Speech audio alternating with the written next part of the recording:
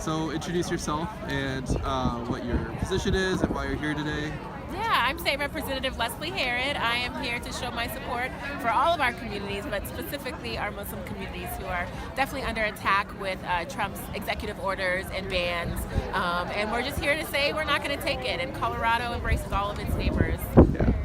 So when you say we're not going to take it, what does that mean for you and for like the general Denver community? Yeah. Well, I think for me, what it means is that we're going to stand together. We're going to stand together here in Denver, and definitely at the state capitol, we're going to resist any type of legislation that would support Trump's orders or any of his really divisive policies.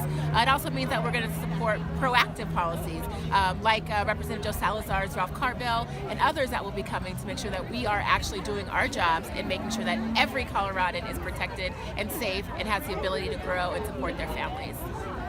But I think protests serve both the purpose of telling, we're here today partly to tell Muslim people like we're not going to just lay down and let this happen, and also to show the people in power that this is not okay as well. So what you're attending right now today, is that a protest or is it a celebration?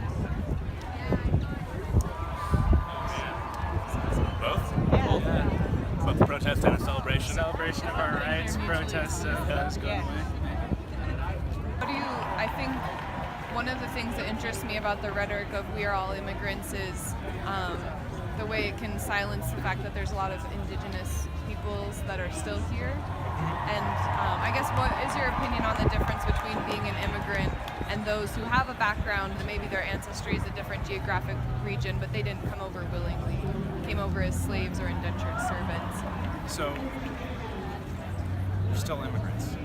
We still come to this country from another place. And so accepting that place, that background, and welcoming that background is what makes us strong. What do you, this is just something too for me personally, I'm always curious about, where do you find that connection between the U.S. history of colonialism, indigenous rights, and what's happening right now with the ban? So it's really interesting because you walk around here and it says all these signs that say we are all immigrants, and I want to say no, I am not all an immigrant. So it's interesting to acknowledge the lack of representation of Native America and indigenous peoples. So that element is frustrating, although the bigger picture, and I understand the intent is not malice, but it is a continuation of injustices that have happened for hundreds and hundreds of years. So there is a bit of bitterness when I see those signs that say we are all immigrants, and it's, yeah. Why did you all come out here today? Okay, well, I came out today because I wanted to send a message that I support immigrant communities in the United States. We're a nation of immigrants, always have been, and I think that what has happened with the ban is tantamount to Trump chopping off the head of the Statue of Liberty. I just kind of have started thinking that sitting home complaining isn't good enough anymore. I think Trump is really dangerous and we've got to speak out against him. We came to the Women's March a couple weeks ago and I'm still just fired up from that. I'll come every week if there's going to be a rally, so I just want to speak out.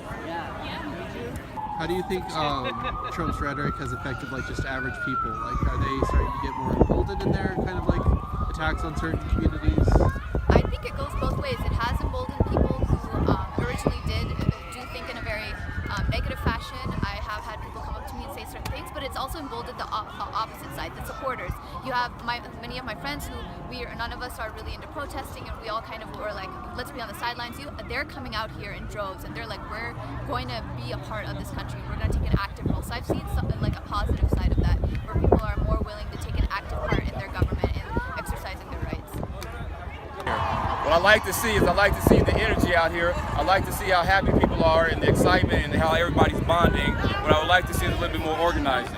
I would like to see what are we going to do after this? You know what I'm saying? It's always important. This is the first step, but we need to follow with some more plans. You know what I'm saying? But I do enjoy the crowd. I do like the energy, and I can tell that people are really concerned, about an issue that might not even directly affect them. Sign petitions, donate to organizations, and always work with kids. Always work with kids. I talk to people all the time. If you're not doing anything with kids, you're not doing anything at all. Because that's all we got. Take care of the kids, but do something, you know. Everybody doesn't have to do anything grand. There's a whole bunch of small stuff. There's an African proverb, many hands make light work. And that still applies today. Let's divvy up the work and we'll be fine. That's it. Thank you. Yeah, thank you.